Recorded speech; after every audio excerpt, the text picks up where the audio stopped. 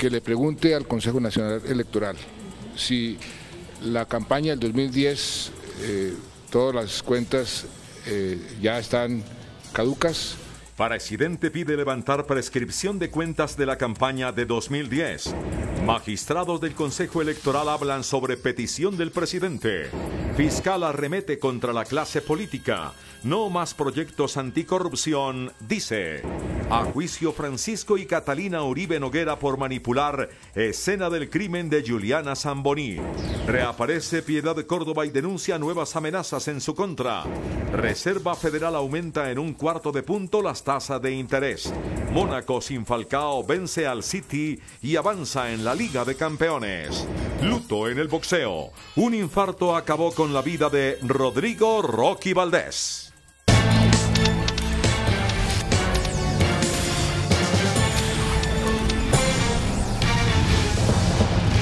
Buenas noches. El presidente Juan Manuel Santos encargó al ministro del Interior, Juan Fernando Cristo, para que eleve una consulta ante el Consejo Electoral para verificar si es posible levantar la caducidad de las cuentas de su campaña de 2010 y así investigar si hubo irregularidades en el posible ingreso de recursos de Odebrecht. El jefe de Estado también reveló que no aceptó la renuncia del director de la DIAN, Santiago Rojas, quien ofició como gerente de la campaña de 2010.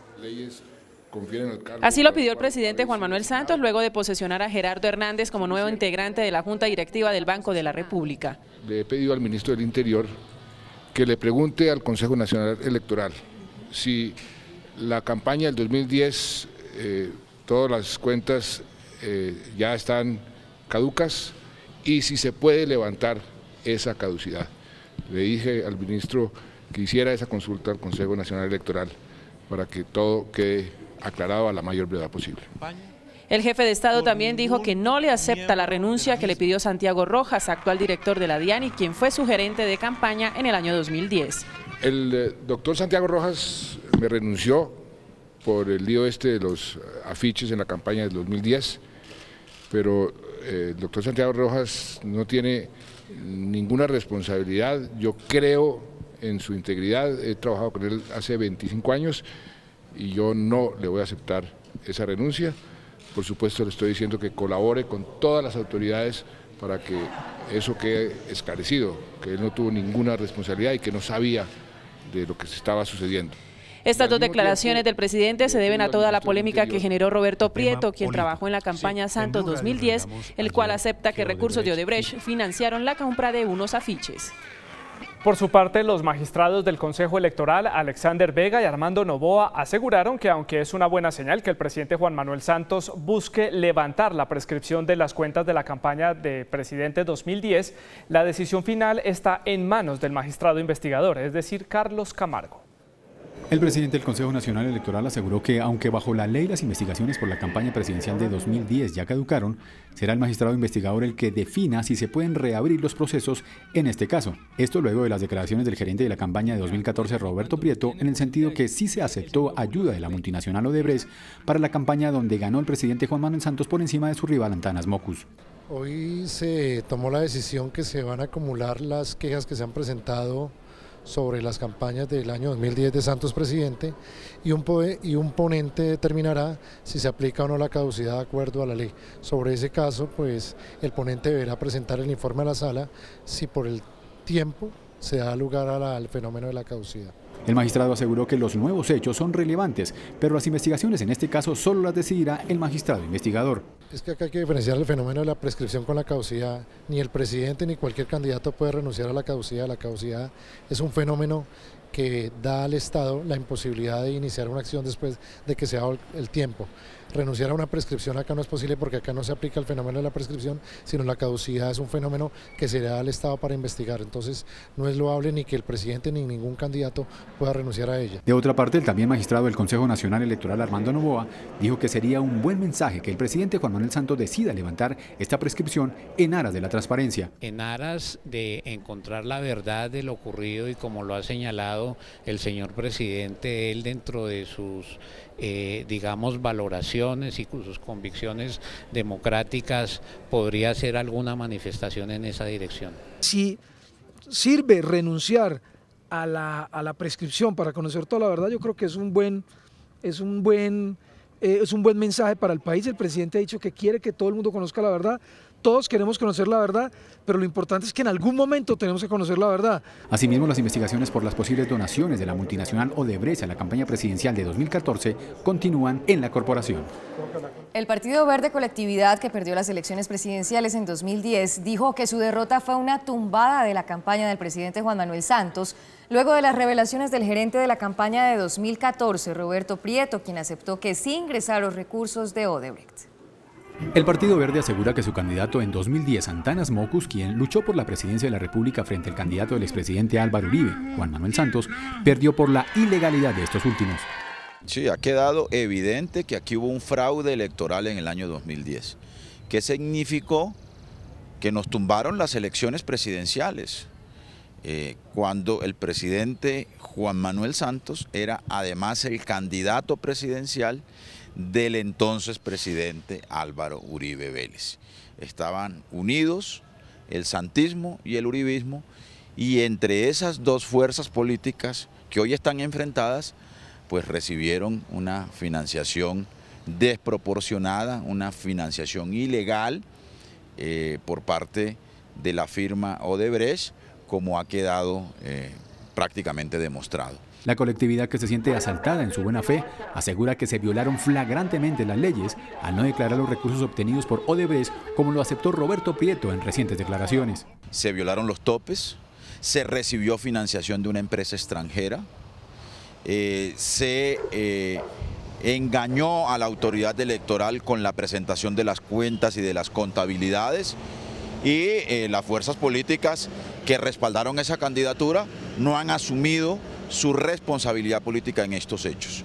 Aquí no puede ser que los partidos políticos que respaldan las candidaturas se hagan los de la vista gorda con lo que ocurre con la financiación de sus campañas, y que luego además tampoco asuman un acto de responsabilidad pública, ni sean castigados además por estos hechos.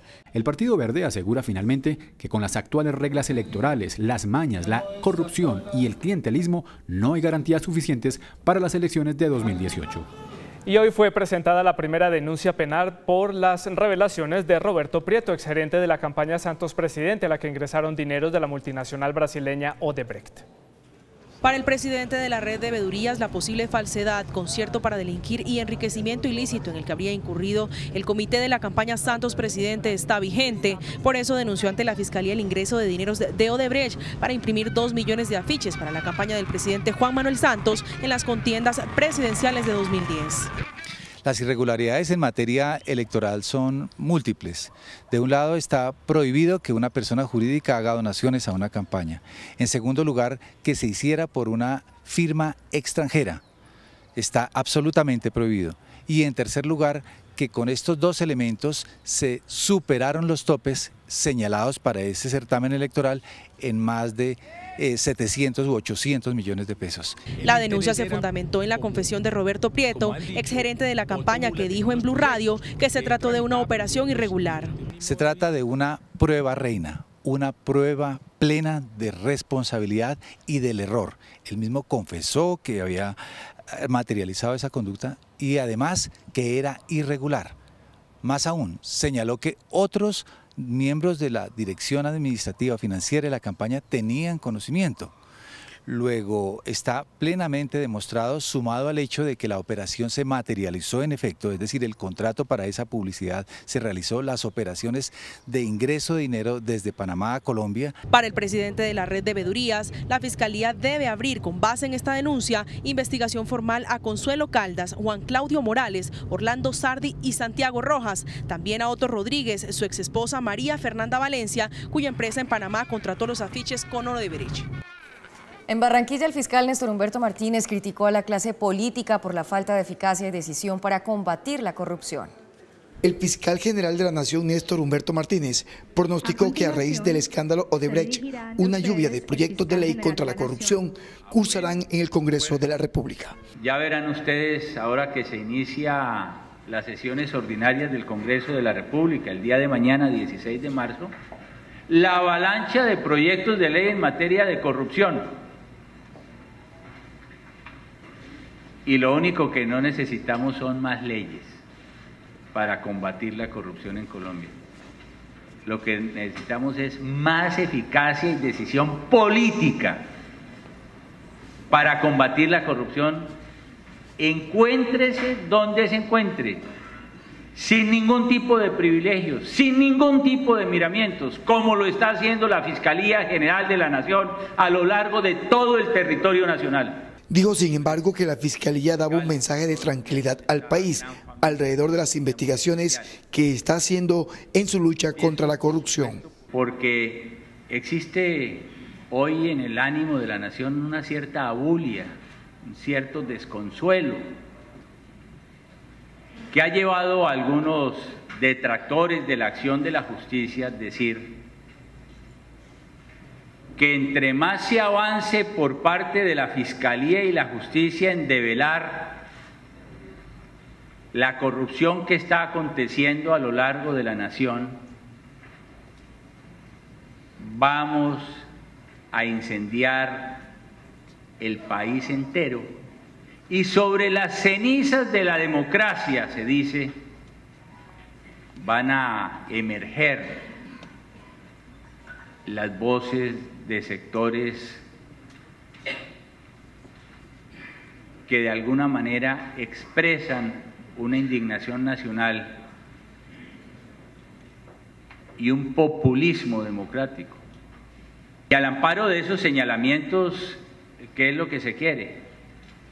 ¿El tapen, que la Fiscalía no actúe, que el Poder Judicial no obre? Ni más faltaba. Anotó que la Fiscalía ha actuado más rápido, incluso que la información internacional que se maneja sobre Odebrecht. Contrario a esas voces apocalípticas, que la institucionalidad se está acabando, que la democracia se está resintiendo, lo que está ocurriendo es todo lo contrario. Lo que están funcionando son las instituciones democráticas. Y todavía se dice en algunos sectores de opinión que la Fiscalía no ha actuado. ¡Qué barbaridad, qué contraste con la realidad! Haciendo politiquería en medio de esta campaña frente a la acción develadora de la justicia. En desarrollo del cuarto Foro Nacional Nuevo Procedimiento Penal Abreviado y Acusador, en Barranquilla, el fiscal general anunció también que se abrió en la Dirección Anticorrupción de esa entidad una investigación contra Electricaribe. El ex vicepresidente del Banco Agrario, Alejandro Jiménez, no aceptó los cargos por las presuntas irregularidades detectadas en el otorgamiento de un préstamo por 120.000 millones de pesos a la firma Navelena, cuyo principal accionista es la brasileña Odebrecht. La Fiscalía General de la Nación le imputó al ex vicepresidente del Banco Agrario, Alejandro Jiménez, el delito de falsedad en documento público. Según el ente acusador, Jiménez expidió presuntamente un documento falso para que se le otorgara un crédito de 120.000 millones de pesos a Navelena, empresa controlada por la multinacional brasileña Odebrecht. El indiciado no aceptó cargos y aunque no quiso hablar con medios de comunicación, su abogado explicó. Estamos estudiando todas las posibilidades, pero realmente la aceptación de cargos no es una de esas posibilidades. El día de hoy solo se imputó a mi cliente, una sola persona, pero tenemos noticia de que se van a imputar otras personas. Además, la defensa del ex vicepresidente de la entidad aseguró que la Fiscalía no tiene pruebas para asegurar que su cliente falsificó ese documento. No es el momento de dar explicaciones, eso nos lo reservamos para las audiencias posteriores, pero desde ya le hago saber que mi cliente se considera absolutamente inocente y no hay ninguna prueba que lo vincule a su responsabilidad penal. Para ese crédito, según investigadores, Jiménez, quien estaba como una de las cabezas de la entidad, habría presentado un documento falso en el que mostraba que Navelena cumplía todos los requisitos para que le otorgaran el préstamo. La Fiscalía no presentó medida de aseguramiento, por lo que el indiciado podrá defenderse en libertad. Los hermanos Francisco y Catalina Uribe Noguera no aceptaron su responsabilidad en el presunto ocultamiento de pruebas en la escena del crimen de la pequeña Juliana Zamboní. La Fiscalía les imputó el delito de destrucción, supresión y ocultamiento de pruebas. Los hermanos Noguera irán a juicio. Ante un juez de garantías, la Fiscalía General de la Nación les imputó a Francisco y a Catalina Uribe Noguera, hermanos del asesino de la menor Juliana Zamboní, el delito de destrucción, supresión y ocultamiento de material probatorio. Los hermanos Noguera se declararon inocentes y aseguraron que siempre han colaborado con las autoridades. Nosotros no aceptamos los cargos, no aceptamos la imputación, vamos a demostrar que somos inocentes y respetamos claramente el trabajo que está haciendo la Fiscalía. Según la fiscal del caso, los hermanos Uribe habrían borrado chats, llamadas y aplicaciones y otros elementos de celulares y computadores de Rafael, Francisco y Catalina, los cuales eran indispensables para la investigación. El ente acusador aseguró que pudo recuperarlos gracias a la ayuda de una agencia estadounidense ICE. Consistió en alterar y destruir evidencia de actividad relevante registrada en dichos dispositivos. Esto es, interacciones que se presentaron vía telefónica y a través de aplicaciones de mensajería instantánea, concretamente WhatsApp. Sin embargo, los hermanos aseguran que desde el primer momento han estado prestos a colaborar con la justicia. Nosotros desde el inicio hemos venido colaborando con las autoridades y por eso nos hemos presentado en todos los momentos, hemos colaborado con todos ellos. El próximo 23 de marzo la Fiscalía deberá acusar formalmente a Francisco y a Catalina Uribe por el delito de ocultamiento de pruebas y deberá incluir el de favorecimiento que les fue imputado hace algunas semanas. La Fiscalía no solicitó medida de aseguramiento, sin embargo tienen vigente la prohibición de salir del país. Un juez de garantías envió a la cárcel a la exgobernadora del departamento de La Guajira, Oneida Pinto. La considera un peligro para la sociedad. Un juez de garantías otorgó medida de aseguramiento intramural a la exgobernadora de La Guajira, Oneida Pinto, por obstrucción a la justicia y peligro para la sociedad.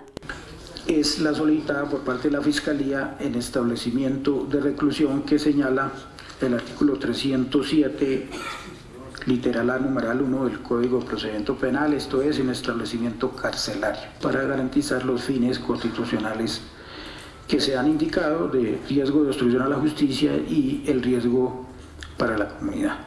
Sin embargo, la exgobernadora insiste en su inocencia y en que todo se trata de una persecución por ser mujer guayú. La fortaleza de mujer guajira para seguir adelante con todo este propósito. No voy a acobardarme, no me voy a rendir. Soy una mujer de hacha y machete como lo hacemos en el departamento de La Guajira. No una mujer criminal, no una mujer que le vienen a decir que es capaz de amenazar a alguien, sino una mujer que está dispuesta a cumplir cada una de sus funciones. La Fiscalía le imputó a Pinto los delitos de peculado por apropiación, interés indebido en la celebración de contratos, falsedad en documento público y privado y contratos sin cumplimiento de los requisitos legales por haber creado presuntamente una empresa criminal al interior de la alcaldía de Albania con el único fin de desviar los recursos que estaban destinados al programa de reducción de la mortalidad infantil. Su defensa apeló y ahora será un juez en segunda instancia quien le dé la razón a Oneida o a la Fiscalía. Reapareció la ex senadora Piedad Córdoba y aseguró que pese a que han aumentado las amenazas de muerte contra ella y su familia, continuará buscando consolidar la paz en el país. La ex senadora Piedad Córdoba, quien leyó un comunicado luego que en días pasados incluso versiones la daban por muerta, asegura que mantiene vivas sus fuerzas para luchar contra quienes quieren acabar con el proceso de paz. A los colombianos y colombianas que seguiré trabajando por este pueblo a pesar de las campañas que llegan incluso a negar lo más evidente, que estoy viva.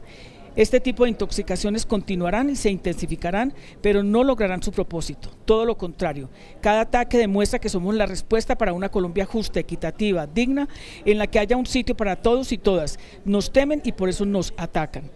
La líder del movimiento Marcha Patriótica asegura que las amenazas contra ella y su familia se han incrementado, pero no por eso resignará a que el pueblo decida sin presiones y manipulaciones su futuro. La determinación de seguir trabajando por el pueblo colombiano es firme e irrevocable.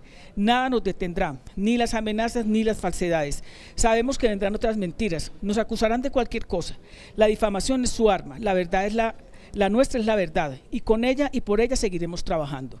Piedad Córdoba asegura finalmente que buscará una coalición de izquierda para luchar por las diferentes corporaciones públicas y la presidencia de la República en 2018. Hay denuncias en el departamento del norte de Santander por la incursión de un helicóptero venezolano en espacio aéreo colombiano. Los habitantes del corregimiento de Panfrío tienen como testimonio este video cuando un helicóptero de matrícula venezolana adscrito a la Guardia Nacional aterrizó 100 metros adentro del territorio colombiano.